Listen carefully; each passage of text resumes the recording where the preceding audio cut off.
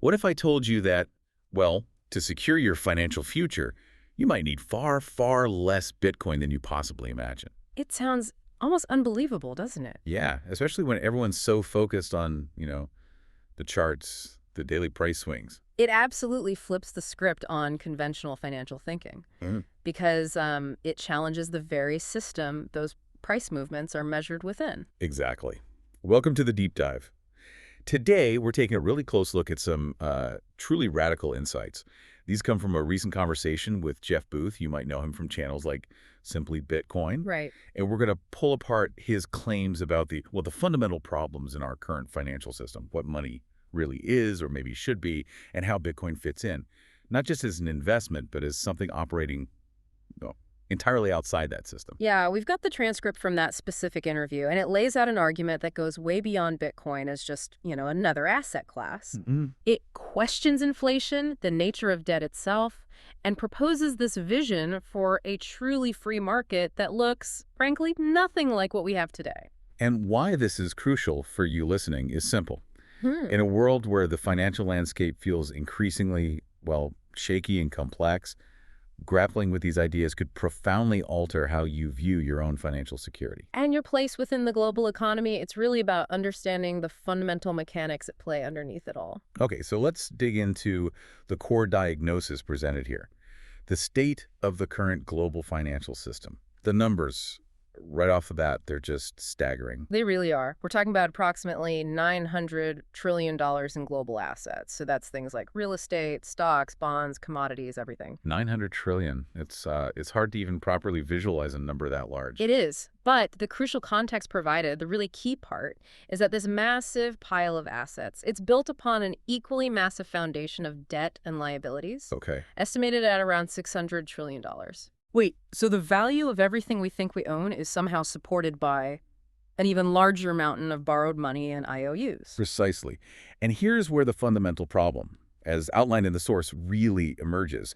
This colossal amount of debt is, in reality, largely unpayable. Unpayable. Under any kind of normal, sound economic conditions, it's functionally insolvent. It just can't be paid back in real terms. But I mean, the system hasn't collapsed. It keeps going, doesn't it? How does it maintain this appearance of solvency? That's the key. That's the mechanism. It's maintained through constant, relentless, and exponential manipulation of the money supply. You mean printing money? Basically, yes. By creating new money, by printing more currency, the system dilutes the value of all the existing money. This makes that outstanding debt easier to service or, pay back in cheaper dollars down the line. And this prevents a formal default on a massive scale, because that would trigger an immediate catastrophic collapse of all those assets built on top of the debt. So, the inflation we feel, the constant creation of more money, it isn't just a glitch or like a policy choice they could avoid. It's actually an absolute necessity. That's the argument presented, yeah. Yeah. It's necessary to keep the entire fragile structure from just imploding right now. Wow. And because the system must avoid this collapse at all costs, it inevitably has to become more and more centralized, more controlled. Why centralized? Well, think about it. When faced with the stark choice between total financial anarchy, chaos, and giving up certain freedoms for perceived stability, history suggests, and the source implies, people will overwhelmingly choose control. Okay, right. Fear kicks in. Exactly. The system requires central planning and increasing authority just to manage this fundamentally unmanageable debt load. And our personal wealth, our homes, our retirement funds, our investments, they're all denominated and valued within this exact system you're describing. Exactly. The price you see on your house or your stock portfolio, it's a price measured in a currency that's being systematically devalued precisely to keep that debt structure standing. If that underlying $600 trillion in debt were allowed to face a true disorderly reckoning, well, the value of those $900 trillion in assets as currently priced could just evaporate. Poof. So the manipulation, the printing, the intervention, that's the alternative to chaos. It's the alternative to that kind of chaotic destruction, yes. Liquidation and manipulation versus outright anarchy. Okay, that paints a pretty stark picture of the foundation our current wealth is built on. Now, the conversation pivots quite dramatically to Bitcoin.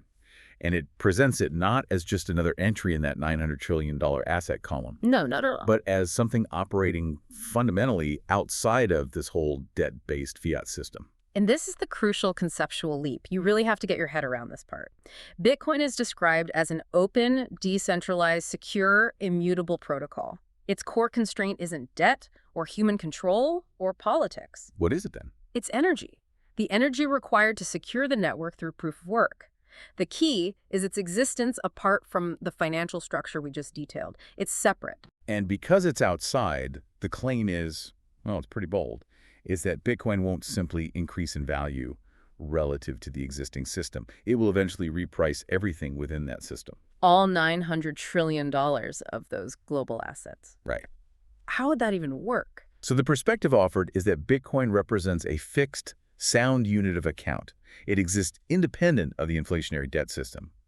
Therefore, if it were to become the dominant global monetary standard, the total purchasing power currently represented by that $900 trillion in global assets would eventually be measured against Bitcoin's fixed immutable supply of 21 million coins. Okay. So you take today's estimated global asset value, that $900 trillion figure, and you divide it by Bitcoin's finite supply, 21 million coins. And that's how you get that really eye-popping number, around $43 million per Bitcoin. $43 million per Bitcoin. Yes, but it's crucial to understand what that number represents. It isn't a price target for Bitcoin in today's dollars, which are themselves unstable. It's a calculation suggesting the purchasing power that a single Bitcoin could command in a truly free market if it were to absorb the value currently locked up in all global assets measured in today's money. So it's about what one Bitcoin might buy in the future, equivalent to $43 million worth of today's goods and services. Exactly. In a future where Bitcoin is the standard of value. This is where the mind-bending part really hits home, I think.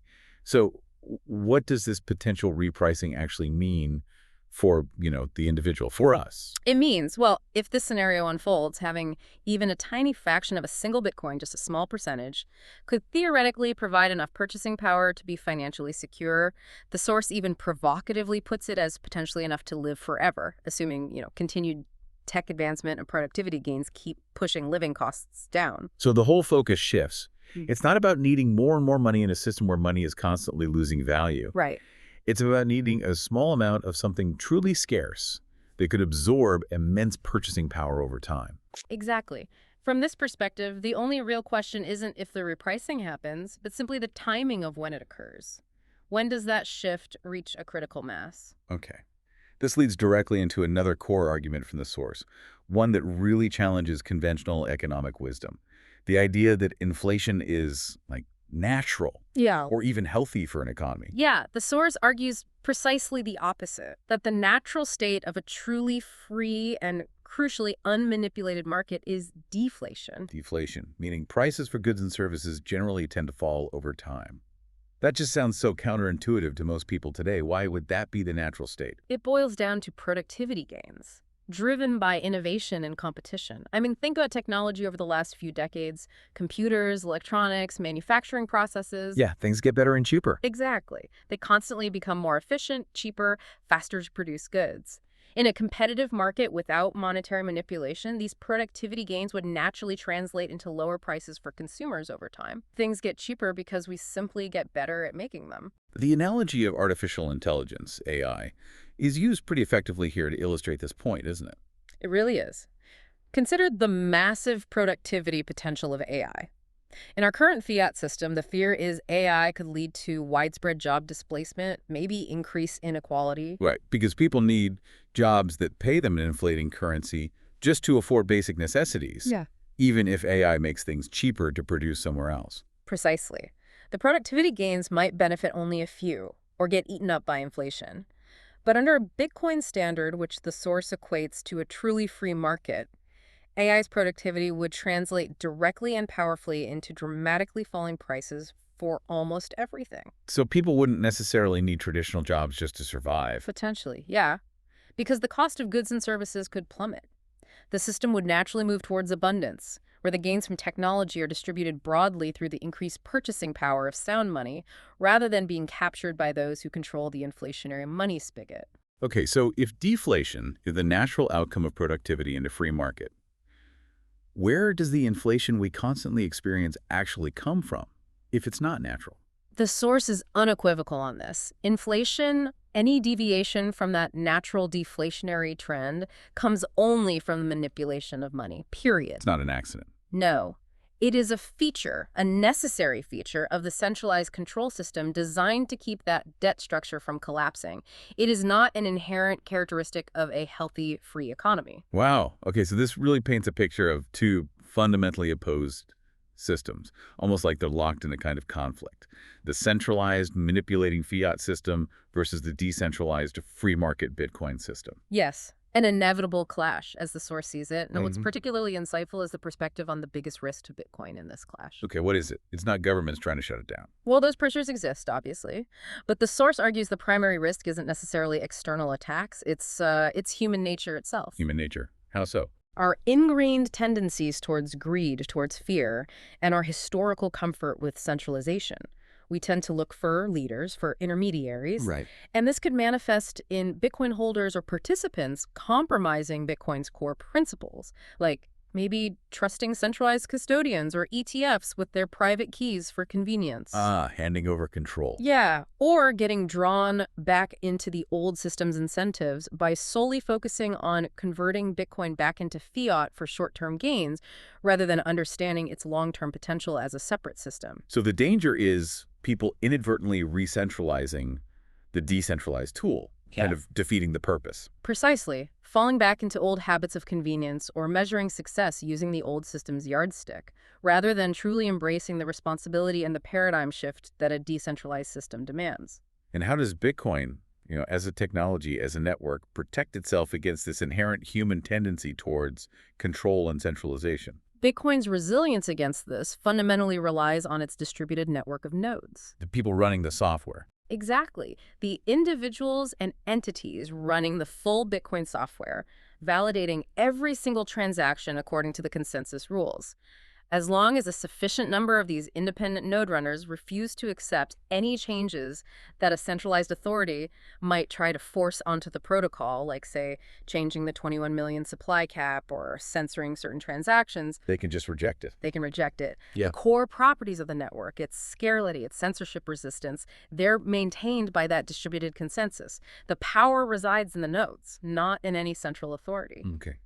There's a really compelling metaphor used in the source to describe how people kind of transition their understanding from the old system to the new one. Yes, the giant funnel metaphor. It's quite powerful. Giant funnel. How does that work? Okay, so imagine the world's 8 billion people starting out at the wide end of this massive funnel. Right, the top. That wide end represents the conventional understanding of money and the world, operating entirely within the fiat system. Now, as individuals begin to learn about Bitcoin, not just its price, but its underlying principles, its separation from fiat, the problems it solves, they start moving down the funnel. Towards the narrow part. Exactly. The deeper your understanding goes, the more you grasp its implications for debt, inflation, sovereignty, the further down the neck of the funnel you move. And the idea is, once you pass a certain point, once you've truly absorbed this understanding, it becomes conceptually impossible to go back up the funnel. You can't unsee it. Pretty much. You can't fully believe in the old system again in the same way. Your entire perspective has fundamentally shifted. That metaphor really highlights the journey, doesn't it? Realizing the fundamental difference between the two systems. And this concept, this incompatibility, leads us to look at the political landscape through this lens too. The source repeatedly emphasizes that these two systems, the fiat control system and the Bitcoin free market system, are just fundamentally incompatible. Yeah, you really can't, in principle, fully participate in or support the core mechanics of both simultaneously. They operate on entirely different logic, different first principles. And this incompatibility extends to politics as we currently understand it, left versus right, etc. Yes.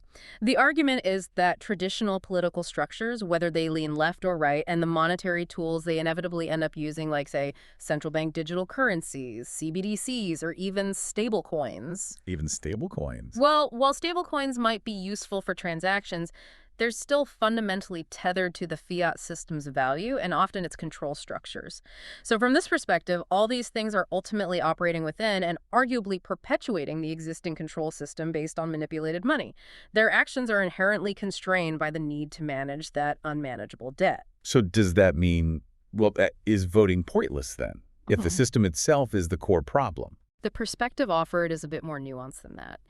It suggests that short-term political engagement might sometimes be necessary, fighting specific harmful regulations or helping individuals directly harmed by the system's flaws. Tactical moves. Kind of. But the long-term fundamental shift in power, the real change, if you will, doesn't come from voting within the old system to tweak its controls. It comes from individuals and communities actively opting out. Opting out. Yeah, opting out of the centralized system with their time, their energy, their capital, and choosing instead to build within the decentralized Bitcoin system. It's essentially an exit strategy, powered by individual choice and action. Shifting your entire framework for understanding the world like that, it sounds incredibly disorienting, like pulling the rug out from under everything you thought you knew. It absolutely is. And the source uses another powerful analogy here, likening the experience to being in the Matrix. Like the movie, Red Pill, Blue Pill. Exactly like the movie. The analogy is that understanding the true nature and potential of the Bitcoin system is incredibly difficult, maybe even impossible, if your entire mental framework, your perception of value, scarcity, economics, is built solely within the assumptions and rules of the existing fiat system, which is like the Matrix. So you're trapped in its logic. Right. It requires a deliberate effort, a conscious choice, like taking the red pill, to see beyond the controlled reality you've always known. Only then can you start to grasp the potential of the uncensored free market alternative that exists outside it. Okay, so if Bitcoin is this foundational layer, this layer one outside the matrix, Yeah. what does this process of building outside the old system actually look like in practice? Well, the discussion highlights that Bitcoin isn't just the base layer, the digital gold, the store of value. That's critical, but it's also the immutable foundation upon which entirely new layers and protocols are being built right now. Like what sort of things? We're talking about technologies like the Lightning Network, which enables near-instant, incredibly low-cost Bitcoin transactions globally. Or newer things like Fediment, exploring community-based custody and privacy solutions. And even protocols like Nostr, which aims to build decentralized social media and communication networks. And these layers together are creating Right. a whole new internet. In a way, yes. They are creating a parallel peer-to-peer internet and market system. Think of it as building direct alternatives to the centralized services and platforms we rely on today. Google, Facebook, Twitter, Amazon, traditional banking, payment rails. Okay. But all built on top of a sound, decentralized monetary base that fundamentally cannot be inflated or censored by a central authority. It's potentially an entire parallel economy and communication network emerging. It's a huge vision. But looking at Bitcoin's price history, seeing how much it's already gone up, I imagine a lot of people listening probably feel like they've missed the boat. Like, it's too late for me to get involved now. Yeah, that feeling is common, and this perspective is directly addressed in the source. The argument is, quite strongly, that we are incredibly, almost unbelievably early. Still, even now. Yes. That feeling of being late comes from viewing Bitcoin's price appreciation solely within the context and the metrics of the old inflating fiat system. How many dollars is it worth today? Yeah. But if you shift your perspective, if you consider the possibility that Bitcoin could potentially absorb the value of that entire $900 trillion in global assets, and you realize that only a tiny, tiny fraction of the world's 8 billion people truly understand or use Bitcoin in a decentralized, self-sovereign way today, well, then the journey has barely even begun. So the perception of being late is just that a perception rooted in the old system's framework. That's the argument. We're still at the very, very beginning of this potential transition. Given all these challenges with the current system, the debt, the manipulation, and then contrasting it with the potential presented by Bitcoin, the overall vision outlined here feels actually incredibly hopeful, despite the stark diagnosis. It is ultimately presented as a framework for hope, yes, rooted in principles like truth, verifiable scarcity, and the potential for real abundance. It offers a path towards a globally competitive, yet potentially more cooperative, free market. Where productivity benefits everyone. Where the incredible productivity gains from technology can actually benefit everyone through naturally falling prices. Because they aren't being captured and distorted by monetary manipulation. It's a system designed for distributing abundance through sound money. And if this transition does occur, if we move towards this different kind of system, what kind of legacy does someone leave in that new paradigm? What's meaningful? Well, the source suggests the most meaningful legacy might not be accumulating vast amounts of wealth denominated in the old devaluing system. That might be fleeting. Instead, it could be about helping others understand this entirely new paradigm.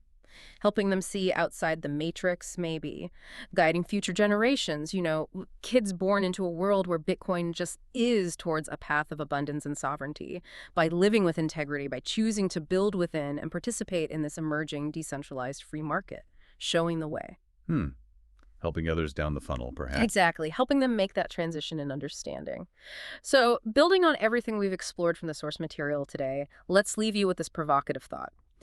If the natural state of a truly free market is indeed deflation, meaning goods and services become cheaper and better over time thanks to innovation and competition, and if inflation is solely a product of deliberate money manipulation, what does that fundamental difference truly reveal about the underlying purpose and maybe the hidden cost of the economic system we operate within right now? What are we really paying for every time we experience inflation?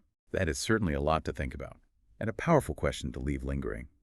This deep dive into the insights shared via Jeff Booth has really challenged some core assumptions, hasn't it? About our financial world, the nature of money, and this potential future being built with Bitcoin. It definitely provides a stark contrast. A system built on, fundamentally, an ever-growing mountain of unpayable debt needing constant control and manipulation, versus a system based on verifiable scarcity, decentralization, and the idea of distributing productivity gains through sound money. Two very different paths. We really encourage you, the listener, to let these ideas sink in. Maybe explore the source material yourself, or look into Jeff Booth's other work if you want to go even further down that funnel of understanding we talked about. Absolutely. There's immense depth here, and understanding these different perspectives is just vital as the global financial landscape continues to shift so rapidly. Yeah, absolutely. And make sure you're following the Deep Dive feed wherever you get your podcasts so you don't miss future deep dives where we unpack complex topics like this one and try to bring you the essential insights from different sources. And if you found value in this discussion today, please do take a moment to like it or share it with others who you think might benefit from hearing these ideas challenged and explained in this way. It really helps get the conversation going. Finally, if you want to keep up with what Bitcoin taught me and related content, you can find them pretty much everywhere. Twitter X, Nostr, Bluesky, Threads, Instagram, Facebook, and LinkedIn. Just search What Bitcoin Taught Me. We really appreciate you joining us for this deep dive. Thanks for listening. We'll be back soon with another one.